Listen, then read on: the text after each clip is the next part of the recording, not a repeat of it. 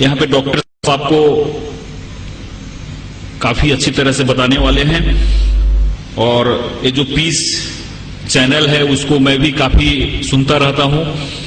اس میں کافی بڑے بڑے اسکالرز اسلام کے اس میں آتے ہیں اور بڑے ہی سائنٹیفک ڈھنگ سے، بڑے ہی اچھے ڈھنگ سے اسلام کے میسج کو، اسلام کے پیغام کو لوگوں کے سامنے لاتے ہیں.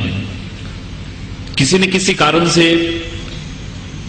کچھ لوگوں نے جان بوجھ کے اور کچھ لوگوں نے غلطی سے، غیر سمجھ سے اس مذہب کے بارے میں بہت ایسی باتیں کہی ہیں جن باتوں کا کہیں بھی کوئی آدھار نہیں ہے.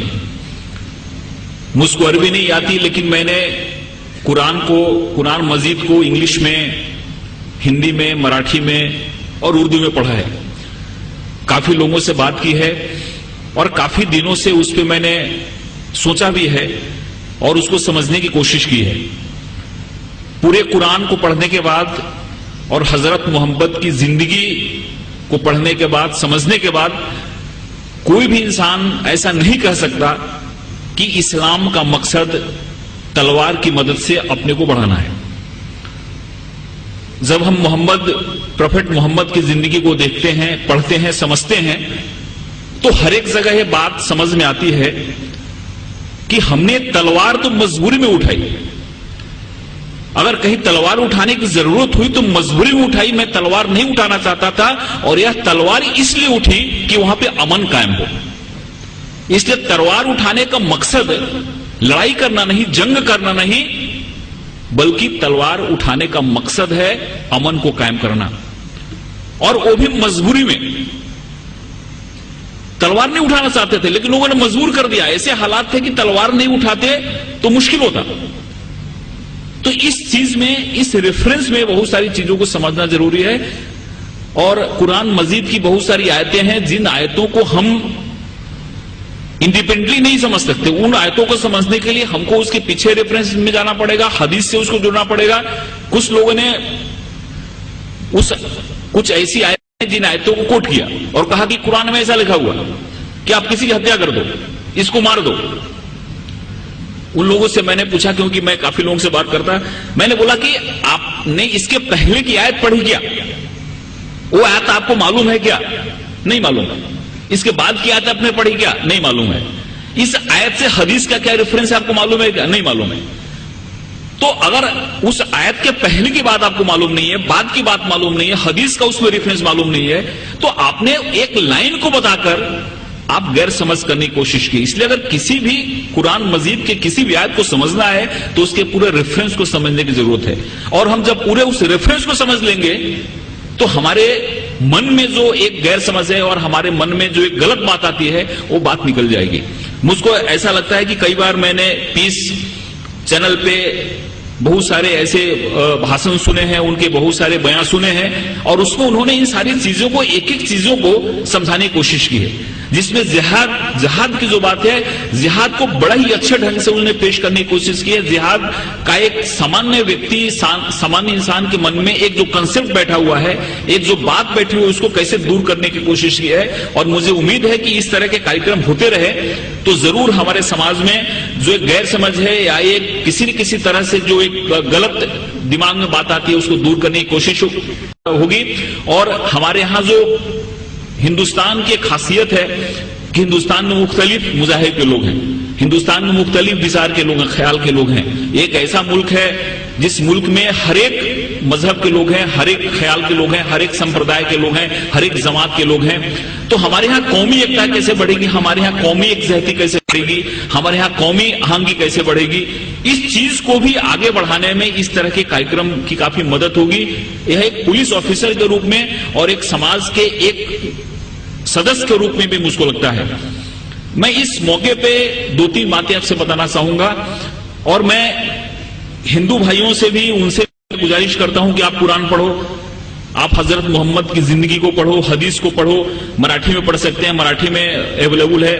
ویسے ہی میں مسلم بھائیوں سے بھی ریکویسٹ کرتا ہوں کہ آپ بھی گیتا کو دیکھو، آپ بھی گیتا کو پڑھو. کیونکہ میں نے ڈاکٹر نائک کو کئی بار سنا ہے، انہوں نے بہت سارے گیتا سے بھی کوٹ کرتے ہیں، بہت سارے اپنشد سے بھی کوٹ کرتے ہیں، بہت سارے بائبل سے بھی کوٹ کرتے ہیں. بائبل سے، گیتا سے، اپنشد سے کوٹ کر کے پھر قرآن میں جو بات کہی گئی اس کو کیسے ایکسپلین کرتے ہیں. تو اس سے کیا ہوتا ہے کہ ہر ایک ریلیجن کے بارے میں ایک ہمارے سامنے ایک اچھا پکچر آتا ہے. اس لیے دوستوں، یہ جو کاریکرم ہے، یہ کاریکرم کافی اچھا ہے اور ہمارے یہاں قومی ایکتا کو بڑھانے کے لیے، ایک مذہب کا جو صحیح روپ ہے وہ سب کے لانے کے لیے کافی فائدہ مند ہوگا. میں یہی آپ سے کہنا چاہوں گا کہ 2-3 چیز میں آپ سے کہنا چاہوں گا اس موقع پہ. اور اس کے لیے میں نے 2-3 حوالے آپ کے سامنے پیش کرنے کا سوچا ہے. پہلی بات ایسا کہ کسی بھی بات کو اور کہنا ہے تو اس بات کا اگر آپ ادھارن دیتے ہیں تو بات اچھی طرح سمجھ میں آتی ہے. کیونکہ جو آدمی بہت پڑھا لکھا نہیں ہے اس کے سامنے اگر ہم فلسفی کی بات کریں گے، بہت اونچے سدھانت کی بات کریں گے تو اس کو سمجھ میں نہیں آتا.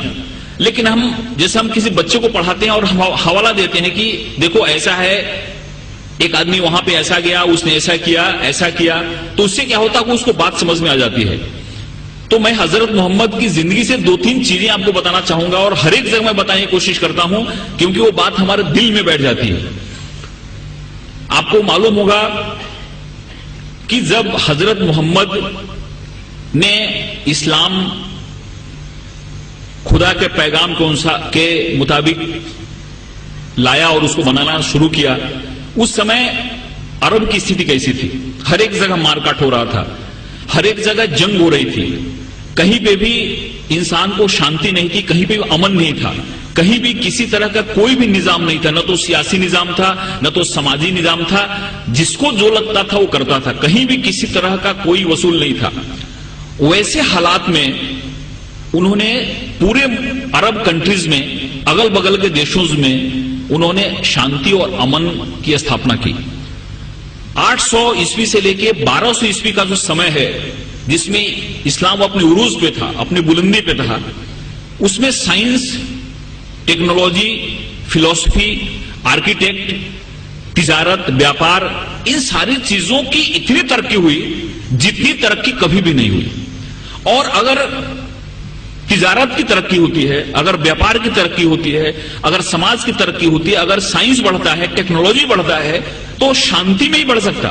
اگر لا آرڈر اچھا ہوتا ہے تو سماج کا وکاس ہوتا، اگر لا آرڈر اچھا نہیں ہوتا ہے تو سماج کا وکاس نہیں ہوتا ہے. تو 800 سے لے کر 1200 کو جو ٹائم تھا یہ پوری طرح سے پیس کا ٹائم تھا، امن کا ٹائم تھا. اور اس سمے جو ہمارا سائنس، ٹیکنالوجی اور ساری چیزیں لٹریچر بڑھی ہیں اتنی کبھی بھی نہیں بڑھی. اس سے یہ بات ہمارے سمجھ میں آتی ہے کہ اسلام نے شانتی کی استھاپنا کی، اسلام نے امن کی استھاپنا کی. اور آپ کو یہ بات معلوم ہوگا کہ حضرت محمد کا جو پورا جیون کال تھا، اس جیون کال میں ان کے جیون کال میں سب سے زیادہ لڑائی ہوئی. ایسا بتاتے ہیں کہ 84 ایسی لڑائی ہوئی جس میں انہوں نے پرتیکش یا اپرتیکش بھاگ لیا. 84 لڑائی. لیکن آپ کو یہ جان کے اور وہاں پہ ایک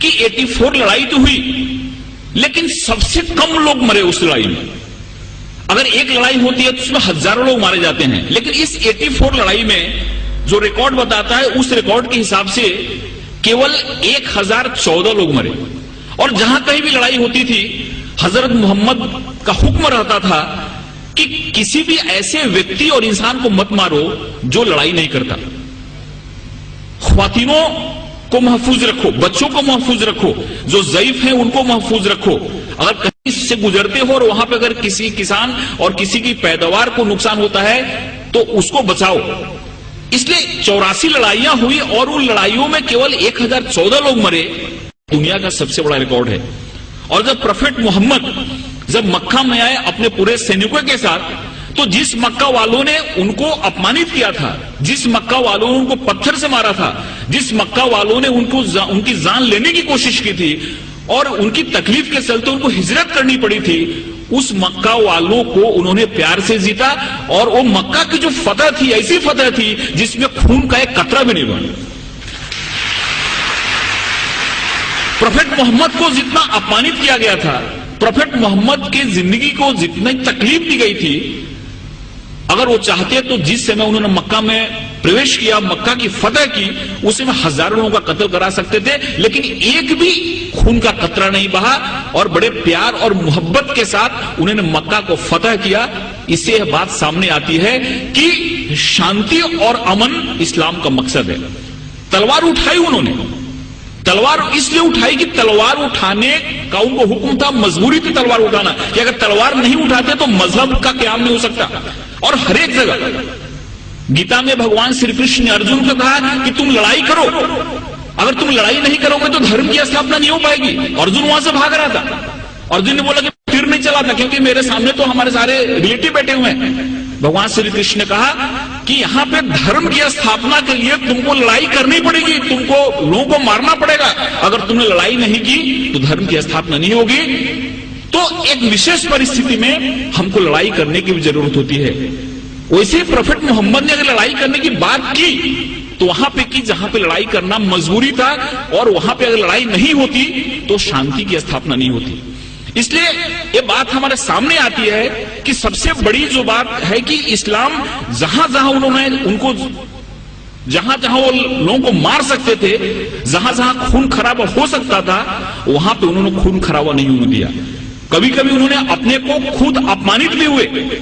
جیسے کہ بہت لوگوں کو معلوم ہوا کہ صلح حدیبیہ جو ایک قرار ہوا، ایک جو معاہدہ ہوا، اس میں بہت سارے ایسے ٹرم تھے جو ٹرم ان کو قبول نہیں تھے، اسلام کے ماننے والوں کو، مسلمانوں کو قبول نہیں تھے. لیکن پروفیٹ محمد نے کہا کہ اگر یہ معاہدہ نہیں کرتا ہوں تو بہت بڑا خون خرابہ ہو جائے گا اور اس خون خرابے سے بہت لوگ مارے جائیں گے. اس لیے چلو میرا اپمان ہوا تو چلے گا، لیکن شانتی کے لیے، امن کے لیے میں قرار کرتا ہوں، جس سے بہت بڑی لڑائی ٹل گئی. ایسے بہت سارے ادہرن ہیں. ایک بار ایک یہودی کا جنازہ جا رہا تھا اور پروفیٹ محمد اپنے لوگوں کے ساتھ بیٹھے ہوئے تھے. انہوں نے جب جنازہ دیکھا تو اٹھ کے کھڑے ہو گئے. ان کے لوگوں نے کہا کہ یہ تو مسلمان کا جنازہ نہیں، یہ ایک یہودی کا جنازہ ہے. تو محمد نے کہا، پروفیٹ محمد نے کہا، کیا یہودی انسان نہیں ہوتا؟ یہ ساری چیزیں ہمارے سامنے آنی چاہیے. اس بوڑھی عورت کی کہانی معلوم ہے کہ اس کو ایسا لگتا تھا کہ یہاں پہ اسلام بڑھ رہا ہے. محمد نام کا ایسا شخصیت ہے جو سب کو اسلام میں لے جا رہا ہے، اس لیے وہ گاؤں چھوڑ کے جا رہی تھی. اس کے سر پہ گٹھری تھی اور گٹھری اٹھ نہیں رہی تھی. ایک نوجوان آیا اور بولا کہ ماتا جی میں آپ کی مدد کروں، آپ چلو اپنی گٹھری میں گاؤں کے باہر چھوڑ دیتا ہوں. عورت نے ان کو گٹھری دی اور وہاں سے نوجوان اس گٹھری کو اپنے سر پہ لیا اور گاؤں کے باہر گیا اور بولا کہ آپ ٹھیک ہے، آپ گٹھری لو جاؤ. اس عورت نے پوچھا کہ کیسا نیک انسان ہے جو اپنے سر پہ میری گٹھری لے کے جا رہا ہے. اس نے پوچھا کہ تمہارا نام کیا ہے؟ انہوں نے کہا کہ مجھ کو محمد کہتے ہیں. جس کے ڈر سے بھاگ رہی تھی وہی انسان اس عورت کی گٹھی کو اپنے سر پہ لے جا رہا ہے اور اس کو مدد کر رہا ہے. اور اسی دن عورت اسلام میں آ گئی. جو عورت پروفیٹ محمد کے سر پہ ہمیشہ کچرا پھینکا کرتی تھی نماز کے جاتے سمے، روز کچرا پھینکتی تھی ان کے سر پہ. ایک دن جب اس نے کچرا نہیں پھینکا تو محمد جب لوٹ رہے تھے پروفیٹ محمد، تو انہوں نے دیکھا اور پوچھا کہ عورت کہاں ہے؟ لوگوں نے کہا کہ وہ بیمار پڑی ہوئی ہے. وہاں پہ جا کے انہوں نے اس کی طبیعت پوچھی. اس عورت کو لگا کہ جس انسان کو میں نے اتنی تکلیف دی، جس کو اتنا میں نے اپمانت کیا، جس کے سر پہ میں نے کچرا پھینکا، وہ کیسا انسان ہے کہ میری طبیعت بگڑنے پہ میرا حل پوچھنے آ رہا ہے. اور وہاں پہ اسلام اس نے قبول کر لیا. ایک چیز لوگوں کے سامنے آنا چاہیے، یہ جو تحمل ہے، یہ جو ہماری سہیشونتا ہے، یہ جو ہمارا ایک انسانیت کے پرتی پریم ہے، یہ حدیث میں اور پروفٹ محمد کی جو سنت ہے، یہ جب ہمارے لوگوں کے سامنے آتی ہے تو ہم کو سمجھ میں آتا ہے۔ ایک ہمارے بہت نزدیک کے متر ہیں جے پور کے، ان کو کئی بار میں نے مشاعرے کے لیے بلایا، انہوں نے 2 چیزیں مجھ کو بتائی۔ یہ دونوں چیزیں مجھ کو کہیں ریفرنس ملا نہیں ہے، لیکن انہوں نے بتائی۔ انہوں نے پہلا ایسا